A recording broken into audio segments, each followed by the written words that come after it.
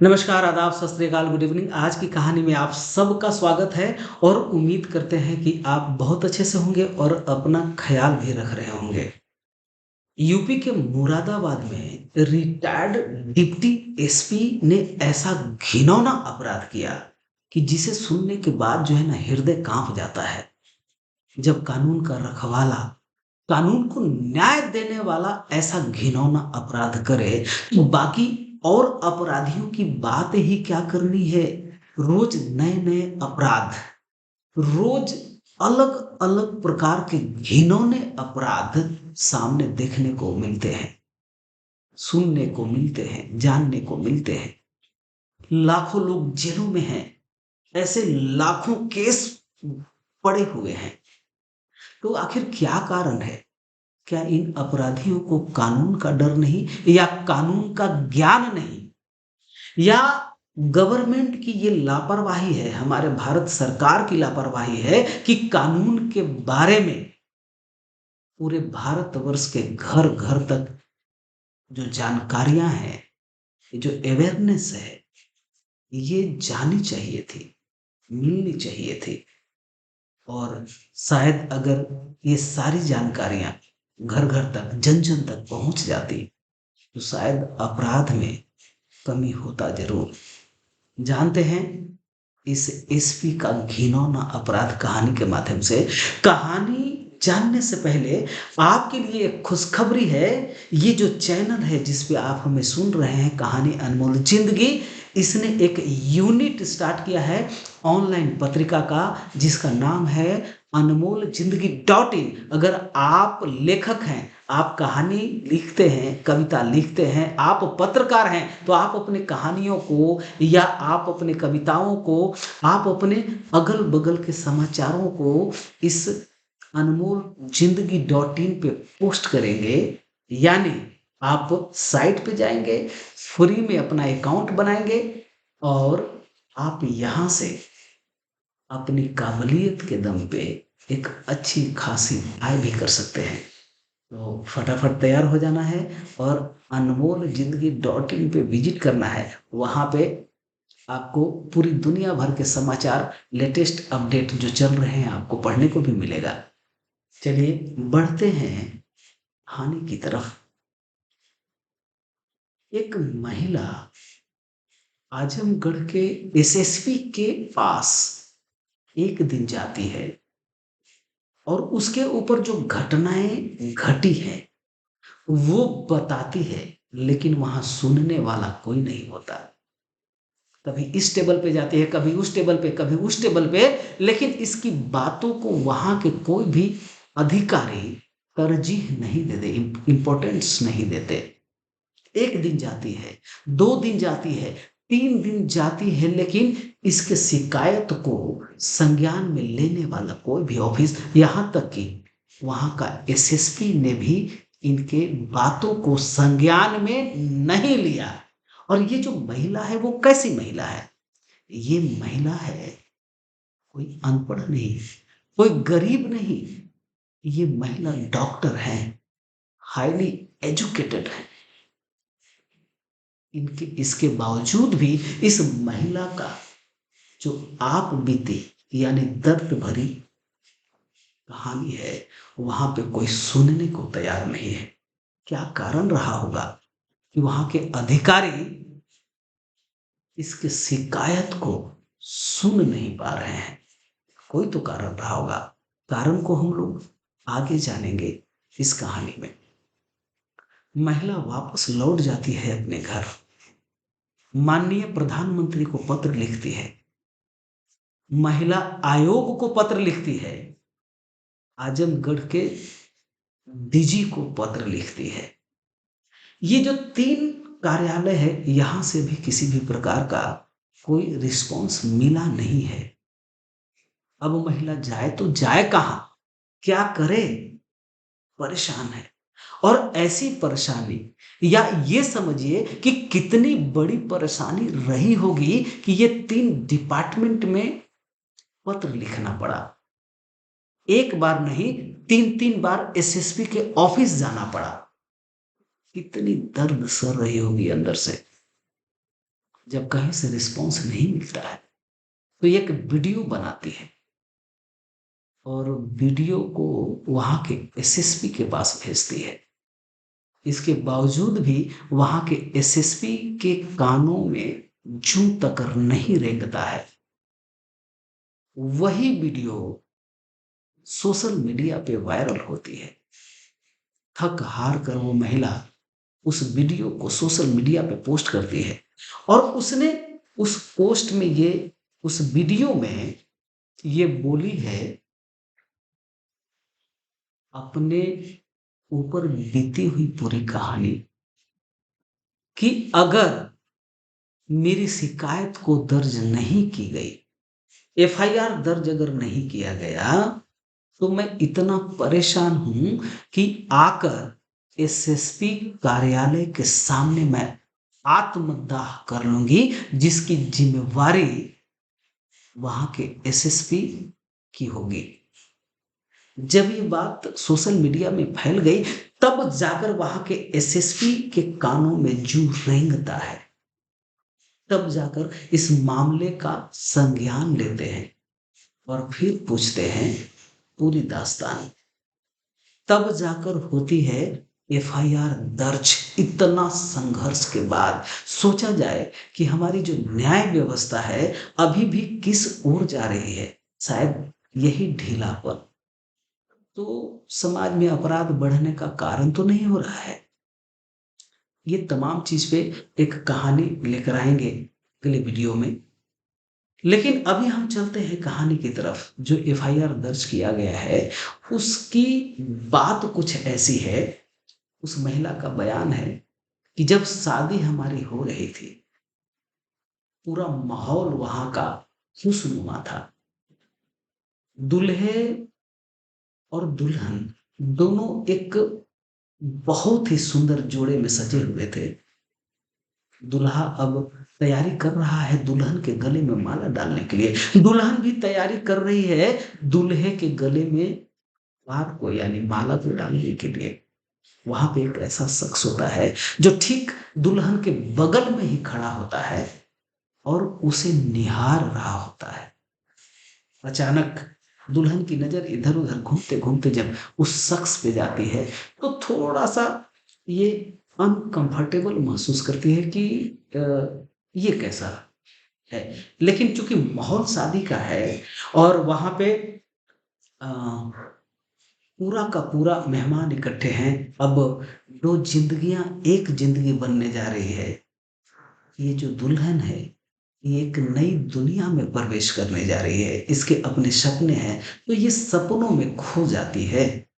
यानी उस शख्स को निहारने का जो तरीका था और जब ये देखती है तो सोचती है कि हो सकता है, ये बात को इग्नोर कर जाती है। शादी संपन्न हो जाता है, दुल्हन आ जाती है अपने घर। हमारे भारत की जो संस्कृति है, इस संस्कृति में यानी भारतवर्ष में यानी जो जननी है, जननी कहा गया है लड़कियों को, बेटियों को, माताओं को। तो ये जो जननी है, आज उसी जननी की वजह से संसार का निर्माण होता है।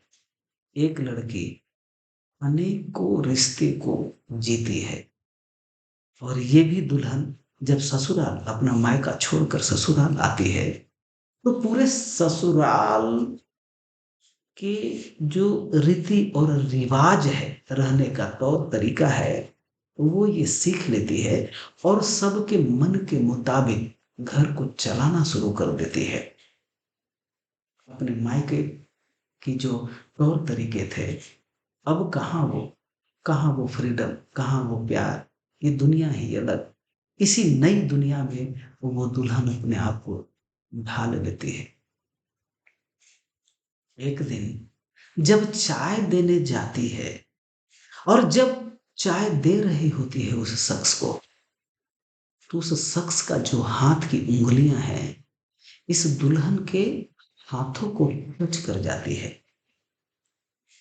टच करने के बाद ये दुल्हन को महसूस होता है कि कुछ तो हुआ है, लेकिन ये यहां पे भी इस बात को इग्नोर करती है।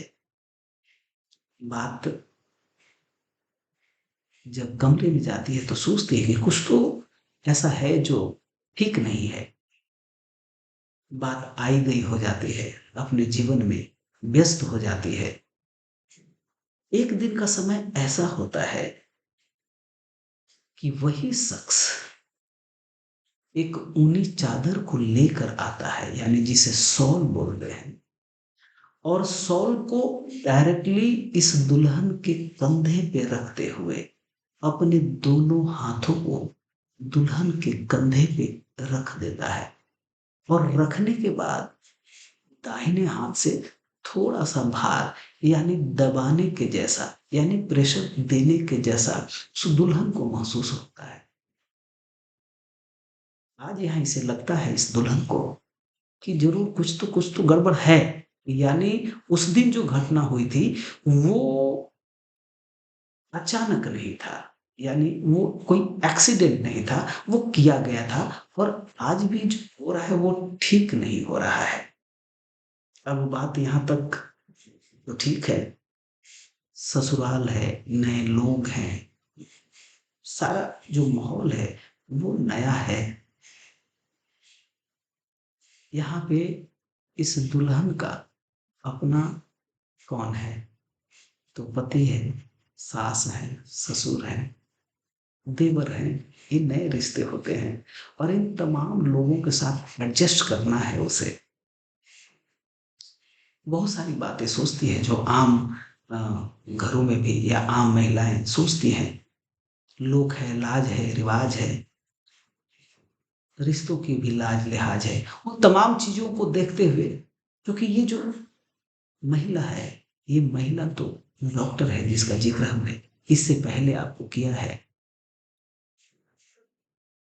एक दिन ऐसा घटना घटता है कि वही शख्स अपने आंगन से होते हुए घर के अंदर जो सीढ़ियां हैं उसके ऊपर चढ़ रहा होता है। ऊपर के रूम से वही दुल्हन जब नीचे आंगन में आने के लिए उतर रही होती है, इस शख्स का जो दाहिना हाथ है उस दुल्हन के पेट की तरफ, यानी पेट पे जाकर टच हो जाता है। दुल्हन वहां रुक जाती है और वहां पे कहती है कि ये क्या है, ऐतराज करती है। ये जो शख्स है वो हंसता है और सीढ़ियों से ऊपर अपने कमरे में चला जाता है। दुल्हन के साथ हुई ये जो घटना है वो तीसरी घटना है। दुल्हन आखिर ये बात को कहेगी तो किससे कहेगी? स्वाभाविक है कि ये बात पहले अपने सास से कहेगी और पति से भी कहेगी। ये दुल्हन ने भी वही किया, अपने पति को और अपने सास को ये बात बताया कि मेरे साथ करीब करीब 3 बार से ऐसा घटना हो रहा है कि मुझे अच्छा नहीं लग रहा है। मुझे ऐसा लग रहा है कि कहीं ना कहीं कोई गड़बड़ है और मैं परेशान हो रही हूँ। पति और सास इसकी बातों को थोड़ा सा ध्यान देते हैं और देने के बाद उस शख्स के साथ कुछ बातचीत करते हैं। बातचीत करने के बाद उस शख्स के द्वारा ऐसा कोई हरकत होना बंद हो गया। यानी किसी भी प्रकार की अब कोई ऐसी गंदी हरकत वो शख्स कर नहीं पा रहा है।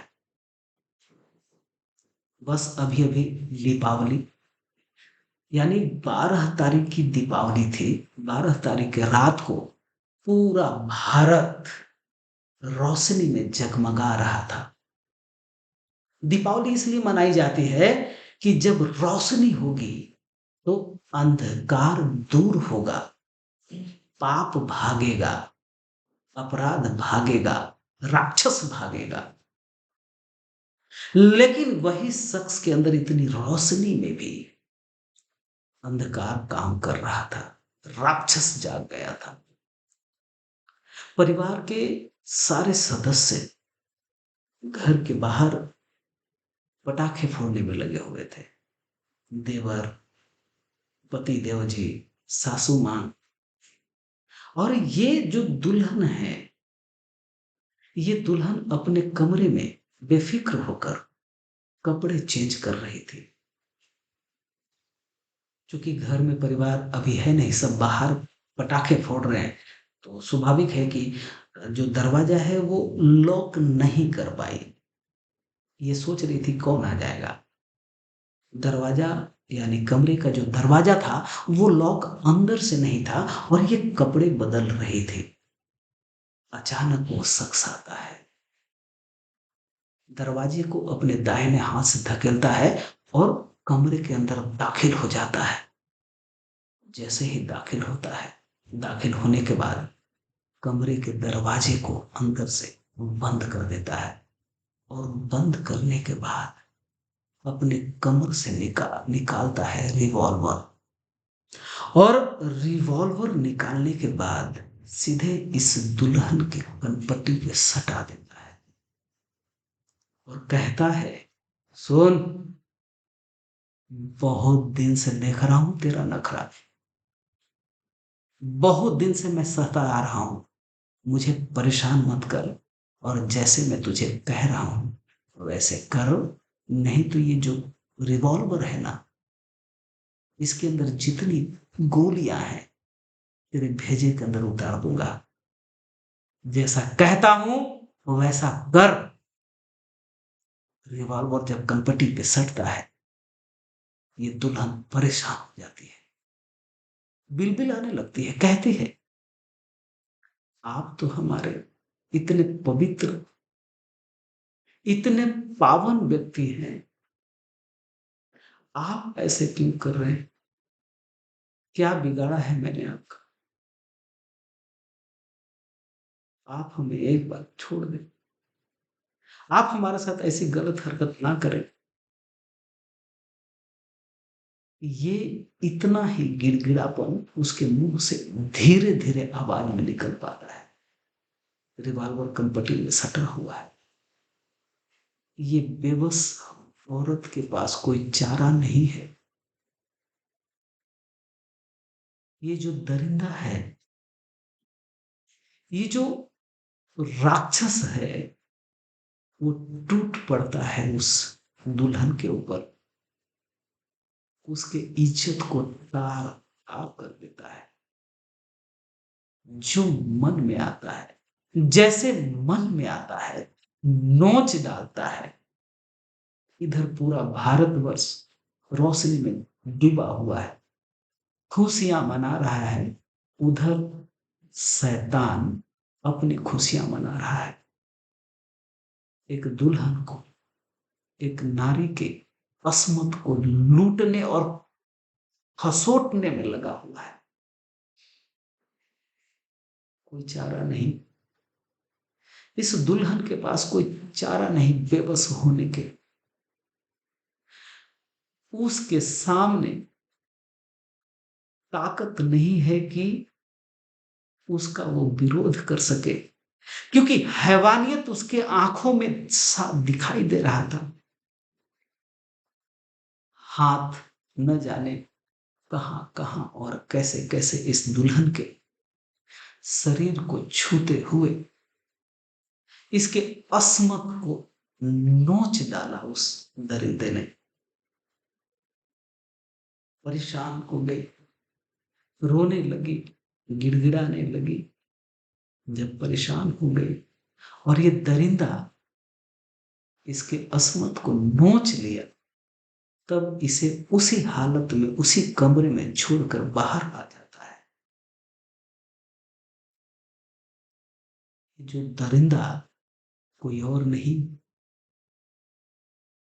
इसी दुल्हन का अपना ही ससुर है। ये ससुर मुरादाबाद के सिविल लाइन थाना में इंस्पेक्टर भी रहा हुआ है। इस इंस्पेक्टर रैंक से इसकी पदोन्नति होती है और वो वहां का एसपी रैंक तक पहुंचता है। रिटायर हो चुका है, घर में ही रहता है।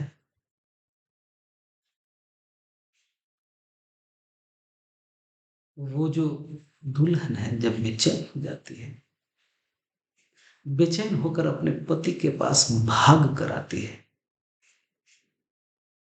सास को बुलाती है, कमरे में ले जाकर अपना दर्द, अपना दुख, अपनी लूटी हुई इज्जत को अपने पति और अपने सास के सामने दिखाती है, कहती है। ये हालत किया है हमारे पिता सामान्य हमारे ससुर जी ने। आपके पिताजी ने अपने पति को कहती है कि आपके पिताजी ने मेरे इज्जत को तार तार कर दिया है, जबकि मैंने आपको बहुत पहले से कहा था और कही थी कि ये व्यक्ति हमारे ऊपर बहुत गंदी नजर रखता है, इसकी हरकतें भी बहुत। जैसे ही शिकायत करती है, यहाँ उस कमरे का पूरा माहौल बदल जाता है।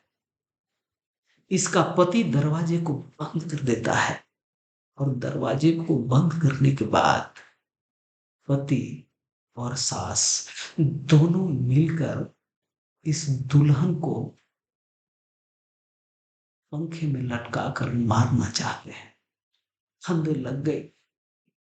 पति उठाना स्टार्ट कर देता है उस दुल्हन को, खड़ा करना शुरू करता है ताकि इसके गले में वो फंदा डालकर यहीं पे इसका काम तमाम कर दिया जाए। वाह रे समाज, वाह रे बेटिया, कहाँ जाए। ऐसा धरती फटे कि हिंदुस्तान के सारी बच्चियों को, बेटियों उस धरती के अंदर ही समेट कर रख दिया जाए कि ऐसे दुष्ट आत्माओं से, ऐसे राक्षसों से भारत की बेटियों को बचाया जा सके। सास मां का रूप, पति भगवान का रूप, ससुर पिता का रूप।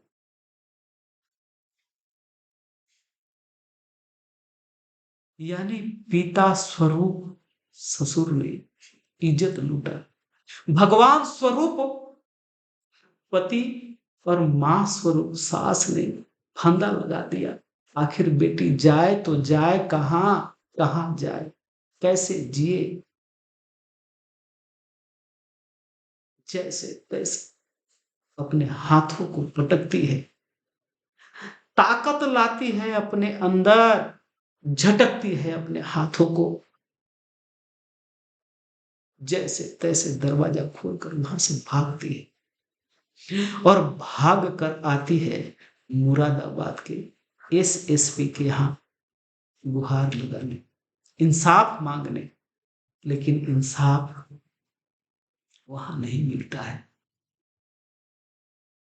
अभी भी मीडिया रिपोर्ट के अनुसार इस दुल्हन का पक्ष तो ले लिया गया है, एफआईआर दर्ज हो चुकी है देवर, सास, पति और ससुर के नाम का। अब वहां की जो प्रशासन है इन लोगों का भी बयान दर्ज करवाएगी और बाकी आगे क्या करती है वहां की प्रशासन, जब भी कोई अपडेट आएगा तो मैं आपको बताऊंगा। आज की ये जो दर्द भरी कहानी है, इससे कुछ सीखने को ये मिलता है कि रिश्तों को बचा लो न रे भाई।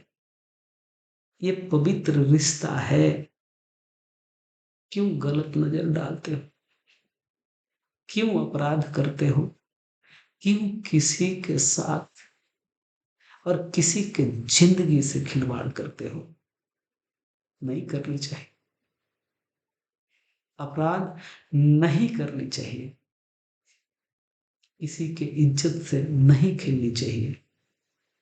कानून इन दरिंदों को, राक्षसों को कड़ी से कड़ी सजा दे और देगी, जो भी देगी या जैसा भी कानून अपना रवैया अपनाएगा। आपको अगली वीडियो में अपडेट आते ही आपको बताएंगे। आज की कहानी में बस इतना ही। जय हिंद, जय भारत।